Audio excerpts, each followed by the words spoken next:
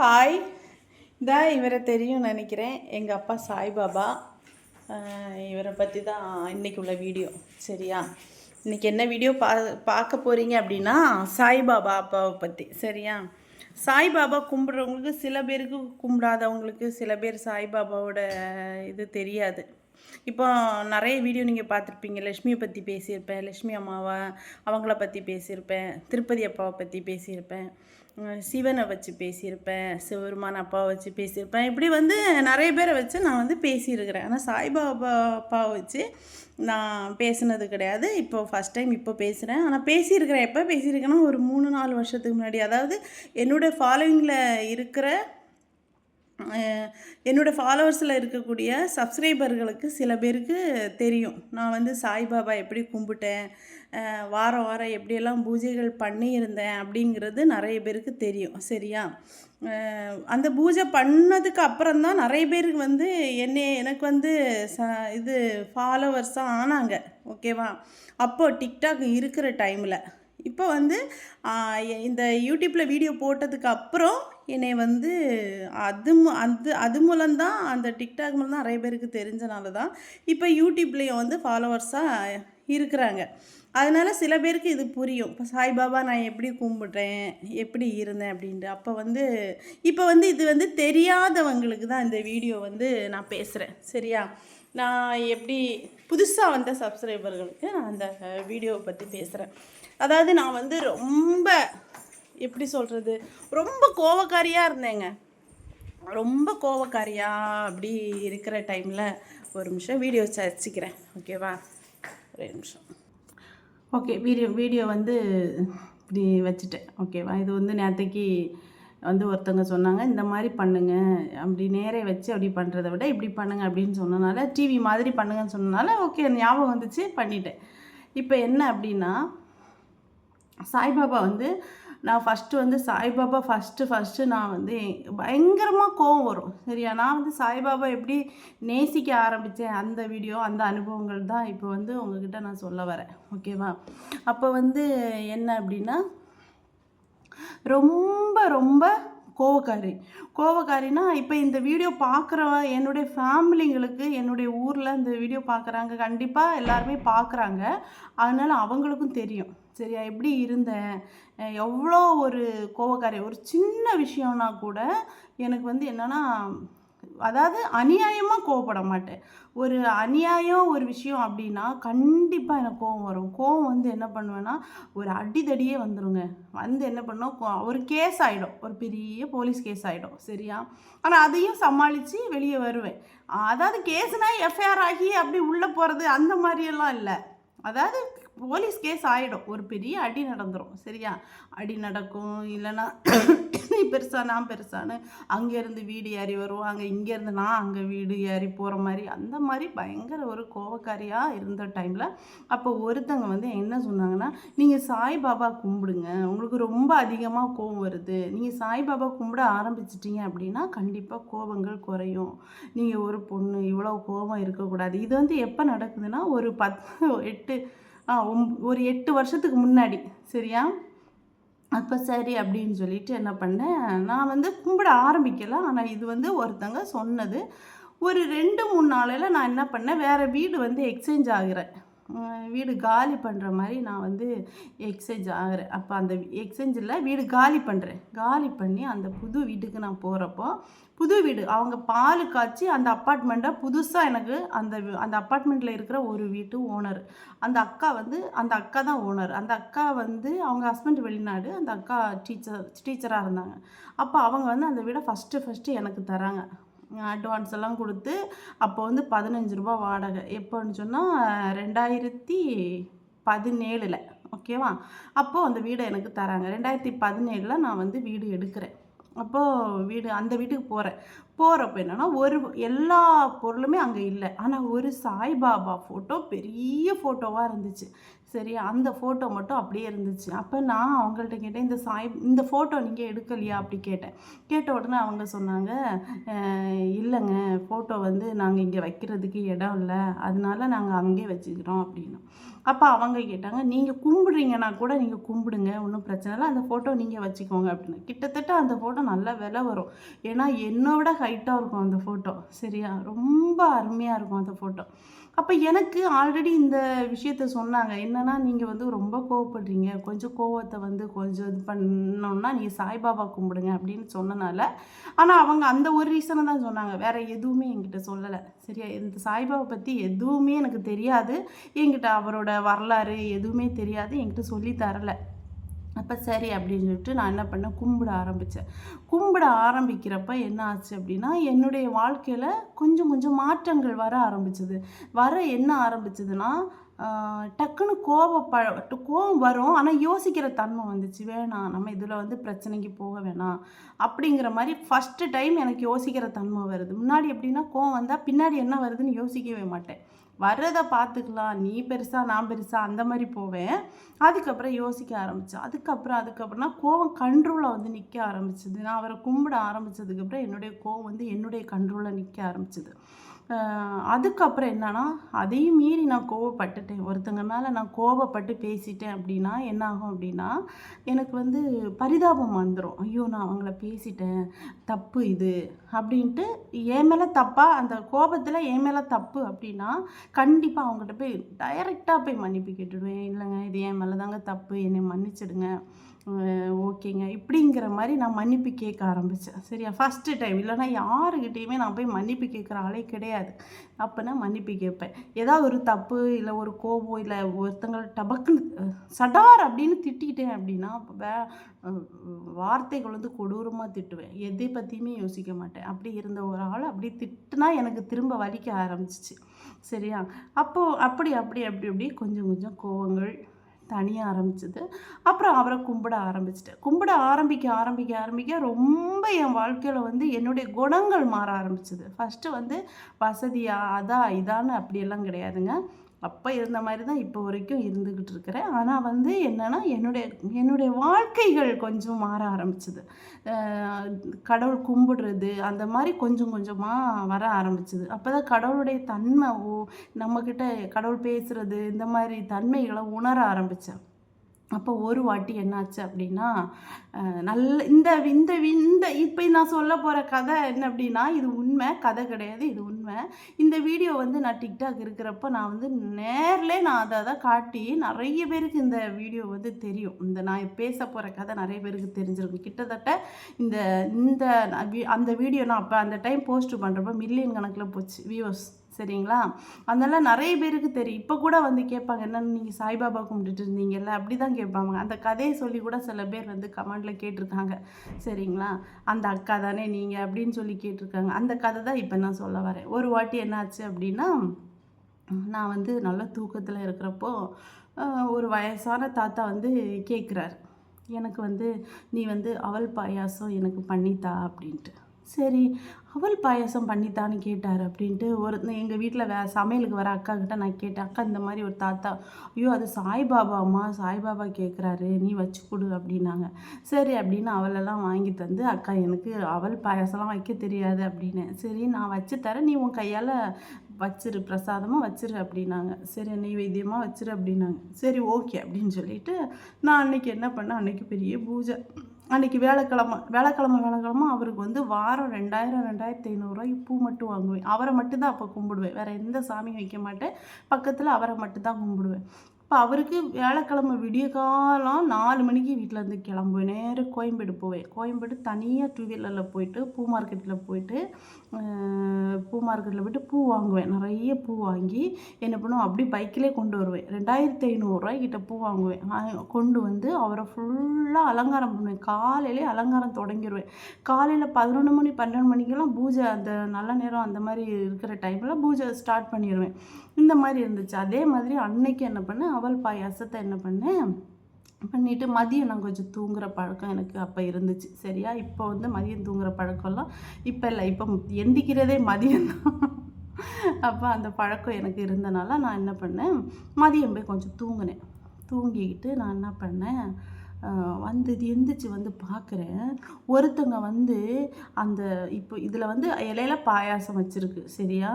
இப்படி இப்படி எடுத்து இப்படி சாப்பிட்டா எப்படி இருக்கும்? அந்த மாதிரி ஒரு அடையாளம் இருந்துச்சு. சரியா? வீட்டில் வேறு யாருமே இல்லை, நான் மட்டும்தான் இருக்கிறேன். வேலைக்கார அக்காவும் அவங்க சமையல் பண்ணி வச்சுட்டு அவங்க பூஜை ரூம் கிட்ட வரவே மாட்டாங்க. அப்போ இந்த அக்காவும் போயிட்டாங்க. எனக்கு ஒரே ஆச்சரியம், வெளியே வந்துட்டு இது யார் எடுத்து சாப்பிட்ருக்குறா? இங்கே வீட்டில் நான் மட்டும்தானே இருக்கிறேன், வேறு யாருமே இல்லையே, அப்போ எப்படி எடுத்து யார் சாப்பிட்றதுக்கு வாய்ப்பு அப்படின்ட்டு எனக்கு ஒரே ஆச்சரியம். சரி, அதாவது ஒரு ஒரு வாட்டி தான் எடுத்திருக்கு, ஒரு வாட்டி தான் எடுத்து அப்படி சாப்பிட்ட மாதிரி இருந்துச்சு.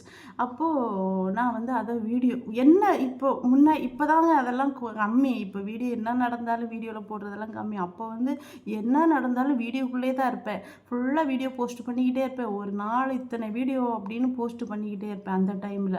அப்போ என்னன்னா சரி அப்படின்ட்டு இந்த வீடியோ எடுத்து போட்டேன். அது மில்லியன் கணக்கில் வியூவர்ஸ் போயிடுச்சு. சரிங்களா?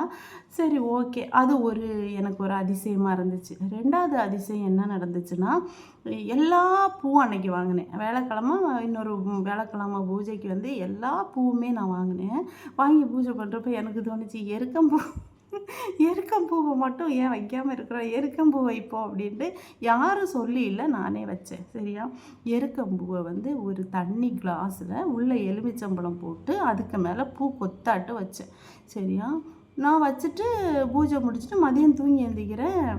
இது இன்னொரு வாட்டி தூங்கி எழுந்திக்கிறேன், எருக்கம்பூவை மட்டும் காணோம். அப்போ வந்து 2 அக்கா வேலைக்கு வருவாங்க. ஒன்று சமையலுக்கு வருவாங்க, இன்னொன்று வீடெல்லாம் க்ளீன் பண்ணுறதுக்கு வருவாங்க. சரியா? வீடு க்ளீன் பண்ணி வீட்டில் உள்ள எல்லா வேலையும் பார்க்குறது. அப்படி 2 பேர் வந்துட்டு இருந்தாங்க. எப்போன்னு பார்த்தீங்கன்னா 2018. ஓகேவா?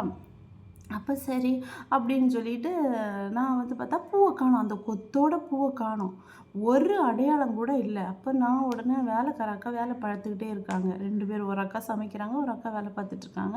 வீடெல்லாம் பெருக்கிட்டாங்க. அப்போ நான் கிட்ட, அக்கா நீங்கள் வீடு பெருக்கிறப்ப ஏதாவது இந்த எருக்கம்பூ நான் சாமிக்கு வச்சுருந்தேன், இந்த கிளாஸ்லேருந்து ஏதாவது எடுத்தீங்களா அப்படின்னு. இல்லையம்மா, நான் பார்க்கவே இல்லையே அப்படின்னா. இல்லைக்கா, நான் இங்கே தான்க்கா வச்சேன், பூவை காணோமே, ஒரு கொத்து பூவாக வச்சுருந்தாக்கா, பூவை காணோம் அப்படின்னு. இல்லைம்மா, நாங்கள் பார்க்கவே இல்லை, அதுவும் சாமி ரூமெல்லாம் நாங்கள் தொடமாட்டோம்மா, நீ எங்ககிட்ட கேட்டால் எனக்கு என்னம்மா தெரியும் அப்படின்னாங்க. சரி, விட்டுட்டேன். ஓகேவா? அது ஒரு பெரிய விஷயமா எடுக்காமல் விட்டுட்டேன். ஆனால் எனக்கு யோசனை இருந்துக்கிட்டே இருந்து, எப்படி போச்சு இந்த பூ, எங்கே போச்சு அப்படின்னு இருந்துச்சு. சரியா? அது அவருக்கு பிடிக்காம போச்சா, இல்லை பிடிச்சி எடுத்துக்கிட்டாரா, இல்லை எதுவுமே எனக்கு தெரியாது. அதை நான் விட்டுட்டேன். 3வது ஒரு அதிசயம் நடந்துச்சு. என்ன அதிசயம் நடந்துச்சு அப்படின்னா, ஒரு வாட்டி நான் வந்து ப்ராடக்ட் வந்து எங்கே கொண்டு கொடுக்க போகிறேன், பெங்களூர் போகிறேன். பெங்களூர் போய் கொடுத்துட்டு காலையிலே கிளம்பிட்டேன், விடிய காலமே கிளம்பிட்டேன். சரியா? பெங்களூர் கொண்டு கொடுத்துட்டு காரில் நான் வரேன். காரில் வரப்போ சரியான பசி. மதுரவாயல் பக்கத்து, மதுரவாயல் இல்லை, சென்னை பைபாஸ் ரோடு தான். அது எது பக்கம் ஞாபகம் இல்லை. வந்துட்டு இருக்கிறேன். சரியா? அதில் வந்துட்டு இருக்கிறப்போ ஒரு கடை, அது எந்த இடம் ஞாபகம் இல்லை, ஒரு ஹோட்டல்னால் கொஞ்சம் விஐபி ராயல் ஹோட்டல். சரியா? அந்த ஹோட்டலில் வந்து நிறுத்திட்டு என்ன பண்ணேன், மதியம் சாப்பிட்டுட்டு என்ன பண்ணேன், சரி கை கழுவிட்டு, அங்கே நான்வெஜ்ஜு 2மே இருக்கிற ஹோட்டல். அப்போ கை கழுவிட்டு நான் என்ன பண்ணிட்டேன், வெளியே வந்துட்டேன். அப்போ அதாவது பைபாஸ் ஹோட்டல் இந்த சைடு ரோடு இப்படி இருக்குது. அப்போது அதுலேருந்து ஒரு தாத்தா வர்றாரு. வந்து நான் இப்படி நிற்கிறேன், அவ்வளோ பேர் நிற்கிறாங்க வெளியே, நல்ல கூட்டம். சில பேர் வெயிட்டிங்கில் நிற்கிறாங்க, சில பேர் வந்து சாப்பிட்டுட்டு வெளியே வந்து நிற்கிறாங்க, சில பேர் உள்ளே போகிறதுக்கு நிற்கிறாங்க. இப்படி கொஞ்சம் ஒரு கூட்டம் வெளியில். அந்த இடத்துல நான் சாப்பிட்டுட்டு இப்படி டிஷ்யூ பேப்பர் வச்சு கை துடைச்சிட்ருக்கிற ஒரு தாத்தா வர்றாரு. அழுக்கு துணி போட்டிருக்கிறாரு. அந்த அழுக்கு துணி போட்டுக்கிட்டு தலையில் வந்து இப்படி ஒரு அழுக்கு கட்டியிருக்கிறாரு. சரியா? கட்டிட்டு அதை பார்த்தா எப்படி தோணுன்னா, ஓகே, வெயிலுக்கு கட்டியிருக்கிற மாதிரி தோணும். சரியா? அப்படி பாவம், நடக்க முடியாத மாதிரி ரொம்ப வயசாக அப்படியே வராரு. அப்படியே மெதுவாக அடி எடுத்து வராரு. அவ்வளோ பேர் நிற்கிறாங்க. ஆனால் என்கிட்ட வந்துக்கிட்டாரு, எனக்கு ரொம்ப பசிக்குதுமா, எனக்கு வந்து அப்படின்னாரு. வேறு எதுவுமே கேட்கல. பசிக்குது, காசு சாப்பாடு வாங்கித்தான்னு கேட்கல, எனக்கு ரொம்ப பசிக்குதுமா அப்படின்னாரு. அப்போ நான் கேட்டேன், எனக்கு பொதுவாக ஒரு குணம்னா, அவ்வளோ சீக்கிரம் யாருக்கிட்டேயுமே நான் காசு போட மாட்டேன். கேட்குறவங்கக்கிட்ட அவ்வளோ சீக்கிரம் காசு நான் போட மாட்டேன். அவங்கள பார்த்தா எனக்கு தெரியும், ஓகே இவங்க வந்து என்ன கொடுத்தாலும் இவங்க வந்து காசு கொடுக்கணுன்னா, நான் காசாக பணமாக நான் பண்ணணும் அப்படின்னா கை கால் முடியாமல் இருப்பாங்க இல்லையா அவங்க, ஏதோ வேலைக்கே போக முடியாமல் இந்த மாதிரி இருக்காங்க. அந்த மாதிரி ஒரு இல்லை ரொம்ப முடியாமல் இருக்காங்க. அந்த மாதிரினா நான் வந்து காசா பணமாக நான் ஹெல்ப் பண்ணியிருக்கேன், பண்ணுவேன். சரிங்களா? அப்படி தான் இருந்துச்சு. ஆனால் வந்து என்னென்னா அவ்வளோ சீக்கிரம் நான் வந்து ரோட்லலாம் அப்படி அவ்வளோ சீக்கிரம் நான் பண்ண மாட்டேன். சரியா? ஆனால் அப்படி வந்து கேட்டால் என்ன தெரியுமா கேட்பேன், உங்களுக்கு என்ன வேணும், சாப்பிட என்ன வேணும்னு கேட்பேன். ஏன்னா நம்ம என்னதான் காசு பணம் கொடுத்தாலும் ஒருத்தங்களுக்கு நிறையாது. சரிங்களா? அதனால நான் என்ன பண்ணுவேன் அப்படின்னா அவங்களுக்கு சாப்பாடு வாங்கி கொடுத்தா போதுமா அப்படின்னு சொல்கிற ஒரு வார்த்தை அது ஒன்று தான். சரியா? அதனால நான் அப்படி கேட்பேன். அது மாதிரி அவர்கிட்ட நான் என்ன கேட்டேன்னா, தாத்தா சாப்பாடு வாங்கி தந்தா சாப்பிடுவீங்களா தாத்தா அப்படி கேட்டேன். அப்போ அவங்க சொன்னாங்க, உனக்கு என்னவோ வாங்கி தந்தா நான் சாப்பிடுவோம்மா அப்படின்னாங்க. சரிம்மா, உடனே சொன்னாங்க, சரிம்மா நீ என்ன வாங்கி தந்தாலும் சாப்பிட்றேன். அப்போ நான் கேட்டேன், தாத்தா இங்கே வந்து கறி மீன் இருக்குது, அப்புறம் காய்கறி வச்சு நான்வெஜ்ஜு. நான் இங்கிலீஷில் சொன்னால் தெரியாதுல்ல, அதனால் ஏன்னா ரொம்ப இதாக இருக்கார்ல, தெரியாது, ரொம்ப வயசு. அப்போ கண்டிப்பாக இவருக்கு வந்து இப்படி சொன்னால் தெரியாதுங்க. நான் இப்படி கேட்டேன், தாத்தா உங்களுக்கு கறி மீன் வச்சு வேணுமா தாத்தா, இல்லை உங்களுக்கு வந்து காய்கறி இந்த மாதிரி நான்வெஜ் பிடிக்காமல் காய்கறி மட்டும் அந்த மாதிரி போதுமா தாத்தா அப்படி கேட்டேன். சாப்பாடு போதுமா அப்படி கேட்டேன். அப்போ அவர் என்ன சொன்னான்னா, உனக்கு என்ன விருப்பமோ எனக்கு வாங்கி தாம்மான்னு கேட்டார். இல்லை இது வேணும் அது வேணும் கேட்கவே இல்லை. அவர் என்ன, உனக்கு என்ன விருப்பமோ நீ விருப்பப்பட்டு வாங்கி தரதை நான் சாப்பிட்றேன் அப்படின்னு. அந்த வார்த்தை வந்து எனக்கு டச் ஆச்சு. சரியா? அந்த ஒரு வார்த்தை வந்து எனக்கு வந்து ரொம்ப இதயத்தில் டச் ஆச்சு. டச் ஆன உடனே நான் என்ன பண்ணேன், சரி ஓகே. உடனே சொன்னேன், ஒரு பார்சல் பண்ணு, உள்ளே வந்து உட்காந்து சாப்பிட்றீங்களா தாத்தான்னு கேட்டேன். அப்போ அவர் அப்படியே நின்னார். உடனே எனக்கு தோணுச்சு, ஒருவேளை அவங்க திட்டுவாங்கிட்டு நிற்கிறார் போல இருக்குன்ட்டு அந்த கேஷியர் இருப்பார் இல்லையா, அவர்கிட்ட கேட்டேன், அவரை உள்ளே வச்சு சாப்பிட்றதுக்கு நீங்கள் அனுமதிப்பீங்களா அப்படி கேட்டேன். ஒன்றும் இல்லை மேடம், ஓகே மேடம் அப்படின்னாங்க. அப்போ திரும்ப வந்து வாங்க தாத்தா உள்ளே வந்து உட்காருங்க அப்படின்னேன். அப்போ இல்லைம்மா நீ வாங்கித்தான் நான் சாப்பிட்டுக்கிறேன் அப்படின்னாரு. சரின்ட்டு பார்சல் பண்ணுங்கன்னு சொல்லி பார்சல் வாங்கி கொடுத்துட்டு நான் என்ன பண்ணுறேன், அவர் நிற்கிறாரு. ஒரு 50 மீட்டர் கூட இருக்காது ரோடு. அந்த சைடில் தானே ஒதுங்கும் காரு. அந்த பார்க்கிங் தனியாக பார்க்கிங் இல்லைல்ல, கடைக்கு முன்னாடி தானே, அதுக்கு பக்கத்தில் தானே ரோடு. நான் அதில் போய் காரில் போய் ஏறி கார் திரும்பியாச்சு. திரும்ப போகிறதுக்கு திரும்புகிறேன். அவ்வளோ கேப்பு தான். இவ்வளோ கேப்பு தான். அதாவது இது கடை அப்படின்னா இந்த கேப்பில் தான் கார் நிற்குது. இவ்வளோ கேப்பு தானே. அப்போது இதில் ஏறிட்டு எனக்கு மனசு சொல்லிச்சு, தண்ணி வாங்கி கொடுக்கலையே, அவர் கை செலவுக்கு சாப்பாடு தானே கேட்டார், காசு கேட்கலையே, அப்போ கண்டிப்பாக அவர் கஷ்டப்படுறாரு, கை செலவுக்கு ஏதாவது கொடுப்போம் அப்படின்ட்டு நான் என்ன பண்ணேன், கார்லேருந்து பர்ஸை எடுத்துகிட்டு நான் என்ன பண்ணேன், இறங்கி அந்த தாத்தாவை பார்க்கலாம் அப்படின்ட்டு அங்கே போகிறேன். அந்த தாத்தா அந்த கூட்டத்திலே இல்லை. முதல்ல என்ன இந்த தாத்தா இல்லை, இங்கே தானே நின்னார். ஏன்னா அவர் கடைக்குள்ளே வேணான்னு சொல்லிட்டாரு. அப்போ திரும்ப பார்சல் கொடுத்ததுக்கப்புறம் கடைக்குள்ளே போகிறதுக்கு வாய்ப்பே கிடையாது. ஒன்று. ரெண்டாவது என்ன அப்படின்னு பார்த்தீங்கன்னா, அவர் வெளியே வந்தாலும் ரைட்டு போனாலும் நான் இங்கேருந்து பார்த்தா அவர் நடக்கிற தூரத்துக்கு போக முடியாது, லெஃப்ட்டு பார்த்தாலும் அங்கேயும் போக முடியாது. அவரை காணோம், சுத்தமாக அவர் இல்லை. இதில் தானே நின்னார், இதில் எங்கே போயிட்டார். எனக்கு அப்போ வரைக்கும் எனக்கு தோணவே இல்லை. அவன் சாய்பாபா எண்ணம் வந்து எனக்கு அது வரைக்கும் தோணலை. காரில் ஏறி உட்காந்து கார் பாதி தூரம் போன பிறகு அவருடைய முகம் வந்து அதாவது அவர் என்ன இதில் கடையில் வந்தாரோ அதே ரூபத்தில் அவரோட முகம் இதில் முகத்தில் கண்ணுக்கு முன்னாடி வந்துக்கிட்டே இருந்துச்சு. சரியா? அப்போ தான் நான் உணர ஆரம்பித்தேன், இவராக தான் இருக்கும், வந்தார், என் கையால் சாப்பாடு கேட்டு வாங்கிட்டு போகிறாரு, சாப்பிட்றாரு அப்படிங்கிற மாதிரி எனக்கு தோணுச்சு. ஒருவேளை நான் பண்ணுவேனா இல்லையா அப்படின்னு என்னை சோதிச்சாரா என்னன்னெலாம் தெரியாது. சரியா? ஆனால் இந்த கட்டி இருந்தனால எனக்கு கன்ஃபார்மாக அவர் தான் அப்படின்னு நான் இப்போ வரைக்கும் நான் அப்படி தான் நம்பிகிட்ருக்கேன். அப்படி வந்து இப்படி 3 வாட்டி எனக்கு வந்து சாய்பாபா அதிசயமாக இருந்தார். இப்போ ஏன் வந்து அந்த ஃபோட்டோவை நான் கும்பிடவே இல்லை அப்படின்னா, நான் அந்த வீடை வந்து காலி பண்ணுறப்ப கூட அந்த ஃபோட்டோவை கொண்டு தான் போக சொன்னாங்க. நீங்கள் அந்த இன்னொரு வீட்டுக்கு நான் காலி பண்ணி வரப்போ கூட அந்த ஃபோட்டோவை நீங்கள் கொண்டு போங்க அப்படின்னு சொல்லி இன்னொரு வீட்டுக்கும் நான் வந்தேன். சரிங்களா? வேறு வீடு மாறி நான் வந்து அந்த வீட்டில் வச்சு அப்போ கூட அதுதான் நான் பண்ணிகிட்டு இருந்தேன். சாய்பாபா பூஜை தான் பண்ணிக்கிட்டு இருந்தேன். 2019 நடக்குது. 2019 லாஸ்ட்டு பார்த்தீங்க அப்படின்னா எனக்கு ஒரு பெரிய பிரச்சனை வந்து, ஏன் அவரை வந்து நான் கும்பிடலை, அதே வீட்டிலேயே நான் அப்படியே அந்த ஃபோட்டோவை அப்படி விட்டுட்டு நான் வந்துட்டேன். நான் வீடு காலி பண்ணி வரப்போ அந்த ஃபோட்டோவை அந்த வீட்டில் விட்டுட்டு நான் வந்துட்டேன். எனக்கு கொண்டு வர மனசு இல்லை. ஏன் இல்லை அப்படின்னா, இன்றைக்கி அவர் இந்த வீட்டில் இருந்திருப்பார். கண்டிப்பாக நான் என்ன நினச்சேன் அப்படின்னா, அவரை மாதிரியே ஒரு பெரிய ஃபோட்டோ பண்ணி பெரிய ஒரு இது மாதிரி வைக்கணும் அந்த மாதிரிலாம் நினச்சேன். சரி, ஆனால் எனக்கு அது மனசு வராததுக்கு காரணம் ஏன் அந்த ஃபோட்டோவை நான் விட்டுட்டு வந்தேன் அப்படின்னு பார்த்தீங்க அப்படின்னா, எனக்கு என்னனாலும் எனக்கு ஒரு பிரச்சனை வருது அப்படின்னா இப்போ வரைக்கும் அப்படி தான். இப்போ வரைக்கும் அப்படியே எனக்கு இப்போ வரைக்கும் அவர் மட்டும் இல்லை, நான் வந்து இங்கே வந்து என்ன சாமி கும்பிட்றேன், சிவபெருமானை வச்சு இப்போ 1 மந்த்து தான் நான் இப்போது நம்ம இந்த பிரதோஷம் வந்துச்சுன்னா கரெக்டாக 1.5 மாதம் ஆகும். சரியா? சிவபெருமானை வச்சு இந்த பிரதோஷம் 13ஆம் தேதி பிரதோஷம் அன்னைக்கு திருகார்த்திகை அன்னைக்கு வந்தால் கரெக்டாக 1.5 மாதம் ஆகும் அவரை நான் வச்சு. அதுக்கு முன்னாடி லட்சுமி அம்மா வச்சுருந்தேன், பிள்ளையார் வச்சுருந்தேன், அப்புறம் பிள்ளையார் வச்சுருந்தேன், திருப்பதி வச்சுருக்கேன். சரியா? பிள்ளையார் வந்து எல்லா சாமிக்கு முன்னாடி முதல்ல பிள்ளையார் வைக்கணுங்கிறதுக்காக அவர் ஒரு சின்ன குட்டி பிள்ளையாராக வச்சுருக்கேன். சரியா? பாக்கி இவங்களை எல்லாரையும் வச்சு கும்பிட்டுட்டு இருக்கிறேன். ஆனால் வந்து எனக்கு ஒரு பிரச்சனை வருது, இல்லை இந்த பிரச்சனை வரப்போகுதுன்னா கண்டிப்பாக வந்து உணர்த்துவாங்க.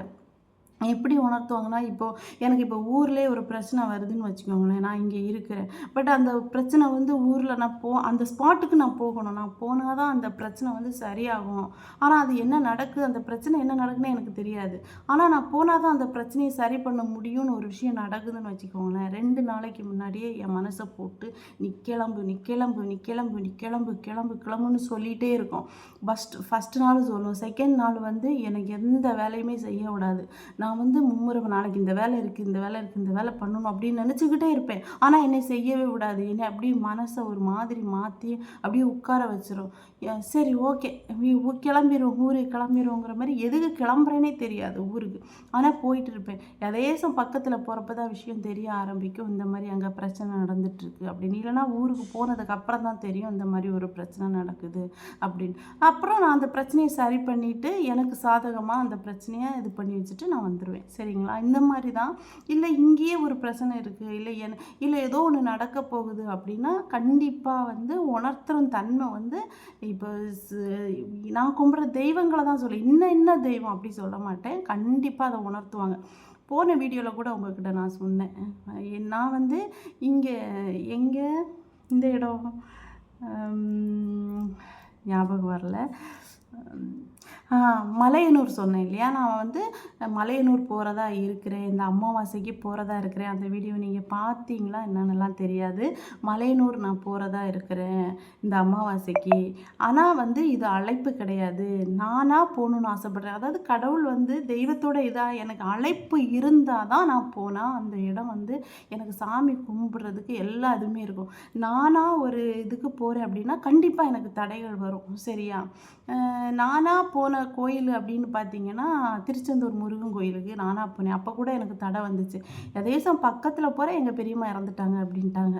சரி, பெரியம்மா இதுக்கு போகலாம் அப்படின்னு பார்த்தா, எனக்கு கோயிலுக்கு வந்துட்டு நான் ஏன் அங்கே போகணுன்ற மரண வீட்டுக்கு போகாமல் நான் கோயிலுக்கே போயிட்டு திரும்ப 16 எடுக்கிறப்ப தான் நான் போனேன். சரிங்களா? அது வரைக்கும் நான் போகலை. அப்படியே கோயிலுக்கு போயிட்டு சாமி கும்பிட்டு எனக்கு ஒரு தடை வரும். நானாக முடிவெடுத்து ஆசைப்பட்டு ஒரு கோயிலுக்கு போனால் இப்படி எனக்கு ஏதாவது ஒரு தடை வரும். போன இதில் கூட நான் சொல்லியிருந்தேன், மலையனூர் கோயிலுக்கு வந்து நான் போகிறதா இருக்கேன் இந்த அமாவாசைக்கு. அவங்க இது இருந்தால் போவேன், ஆனால் போக முடியலை. ஏன்? மழை. செஞ்சி பக்கம்லாம் நீங்களே இந்த நியூஸ்லலாம் பார்த்தீங்க, செஞ்சி பக்கம்லாம் பயங்கர மழை. ஆனால் அன்னைக்கு கூட எனக்கு இவ்வளோ மழைன்னெல்லாம் தெரியாது. சென்னையில் தான் மழைன்னு தெரியும், அங்கெல்லாம் மழை இருக்குமான்னு தெரியாது.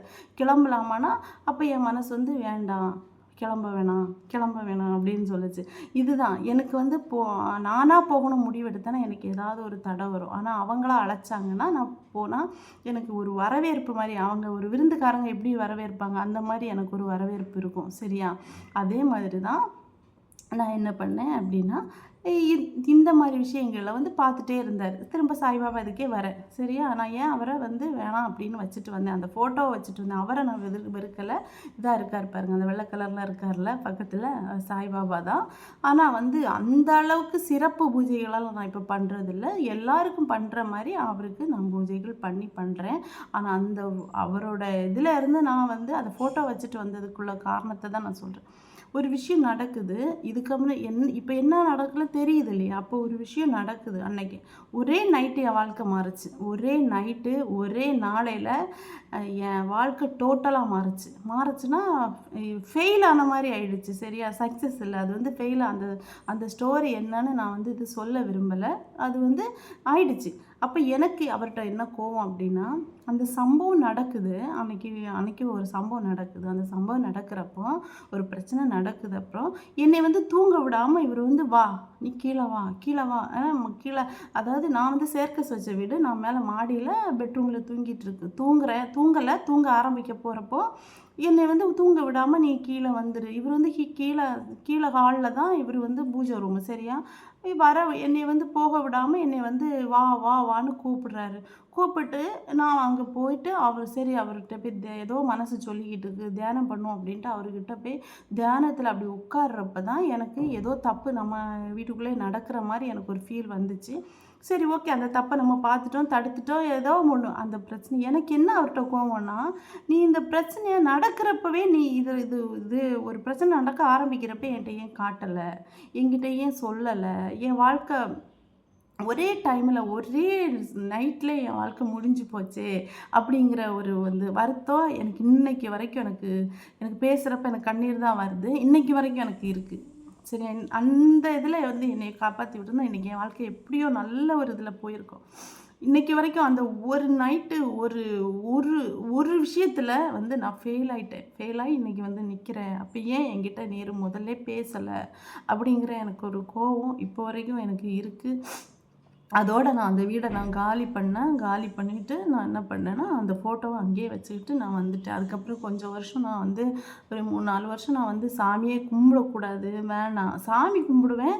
ஆனா என்னன்னா, அவர மட்டும் நான் கும்பிடணும் இல்ல. சும்மா அவர ஒரு ஒரு ஃபோட்டோ வச்சுட்டு வந்ததுனால என் மனசு போட்டு உறுத்திக்கிட்டே இருந்ததுனால, நான் என்ன பண்ணேன், இந்த இந்த சாமி சிலைய வந்து சாய்பாபா சிலை வந்து நான் போய் வாங்கணுங்கிறதுக்காக எங்கெல்லாமோ தேடி தேடி தேடி அவரு எப்பவுமே என் வீட்ல இருக்கணுங்கிறத எங்கெல்லாமோ தேடி தேடி போய் இந்த சிலைய வந்து அவர்ட்ட அங்கேருந்து அவரா வாங்கிட்டு வந்தேன். சரியா? வாங்கிட்டு வந்து நான் வீட்ல வச்சு இப்போ வரைக்கும் கும்பிட்டுட்ருக்கேன். நான் அந்த ஃபோட்டோ ஏன் கும்பிடல அப்படிங்கிறது தான் இந்த விளக்கம். சாய்பாபா கும்பிடுறவங்க வந்து எப்பவுமே நான் சொல்றேன், எவ்வளோ மூர்க்கத்தனமான குணம் இருந்தாலும் சாய்பாபா கும்பிடுறவங்க குணம் கண்டிப்பா மாறும். சரியா? யாராவது நான் வந்து ரொம்ப கோவக்காரனா இருக்கேன், இல்ல நான் வந்து ரொம்ப கோவக்காரியா இருக்கிறேன். எனக்கு கோபம் வந்து என்னென்ன என்னால கண்ட்ரோல் பண்ண முடியல. இல்ல என் வீட்டுக்காரர்ட்ட வந்து என்னால வந்து கோபத்த கண்ட்ரோல் பண்ண முடியல. நான் வந்து அடாவடித்தனமா என் வீட்டுக்கார்ட்ட பேசிட்டுருக்கேன். இல்ல என் ஒய்ஃப்ட்ட நான் அடாவடித்தனமா நடந்துட்டுருக்கேன். இல்ல பக்கத்து வீட்டுக்காரங்கள்ட்ட, இல்ல என் அம்மா, அப்பாட்ட இந்த மாரி நான் நடந்துட்டுருக்கேன் அப்படின்னு இருக்கிறவங்க கண்டிப்பா சாய்பாபா கும்பிடலாம். அதில ஒரு மாற்றம் இருக்கும். ஆனா அது நான் இப்போ இல்ல அவரு என்கிட்ட அறிகுறி தரல அப்படிங்கிறத வச்சு நீங்க யாரும் அப்படி கும்பிடாம இருக்காதீங்க. ரொம்ப வாழ்க்கையில மாற்றம் வரும்.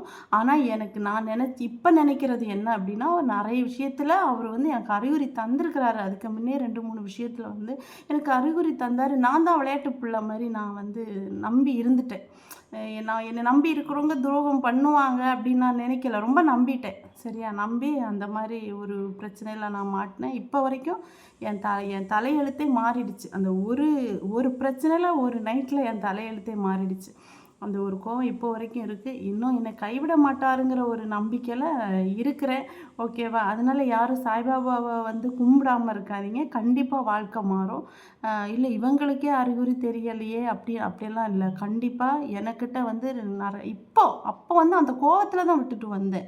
ஆனா இப்போ வந்து நான் அத யோசிக்கிறப்ப அவரு நெறைய வாட்டி நெறைய விஷயத்துல எனக்கு இன்னும் அறிகுறி காட்டியிருக்கிறாரு. நான் அத கண்டுக்கல. இப்போ வந்து அத ஒவ்வொன்னா ஆராய்ச்சி பண்றப்போ அவராவே எனக்கு வந்து காட்டியிருக்காரு. நெறைய விஷயத்துல காட்டியிருக்காரு. ஆனா நான் வந்து அத அறிகுறியா நினைக்காம என்ன பண்ணியிருக்கேன் அப்டின்னா, விளையாட்டா இருந்துட்டேன். நம்பிட்டேன். என்னை சுற்றி இருக்கிறவங்கள நான் நம்பிட்டேன். அப்ப அவரு என்ன பண்ணுவாரு? இப்ப நான் அவரு ஃபோட்டோவ நான் தேடுறேன். சரியா? ஆனா அந்த ஃபோட்டோ எனக்கு கிடைக்கல. அவங்களும் அந்த வீட்ல வந்தவங்க அந்த வீட்ல இருந்துட்டு திரும்ப அந்த ஃபோட்டோ வச்சு கும்பிட்டுருக்காங்க. கும்பிட்டுட்டு அந்த ஃபோட்டோவ அவங்க எடுத்துட்டு போயிட்டாங்க. எங்க கொண்டு போனாங்க? எந்த வீட்டுக்காரங்க வந்து இருந்தாங்க? எதுவுமே தெரியல. அதனால அந்த ஃபோட்டோ எனக்கு இதுவரைக்கும் கிடைக்கவே இல்லாதனால தான் இந்த சாமி சிலைய நான் வாங்கி சாய்பாபா சிலைய வாங்கி வச்சிருக்கிறேன். இதாங்க நான் சாய்பாபா கும்பிட்ட என்னுடைய அனுபவம். ஓகேங்களா? நீங்க கும்பிடுற சாமினால ஏதாவது அனுபவம் இருந்தா ஓகே கண்டிப்பா சொல்லுங்க. சொல்லலனாலும் மனசுக்குள்ள நன்றிய சொல்லிக்கோங்க. ஓகேங்களா? பாய்ங்க.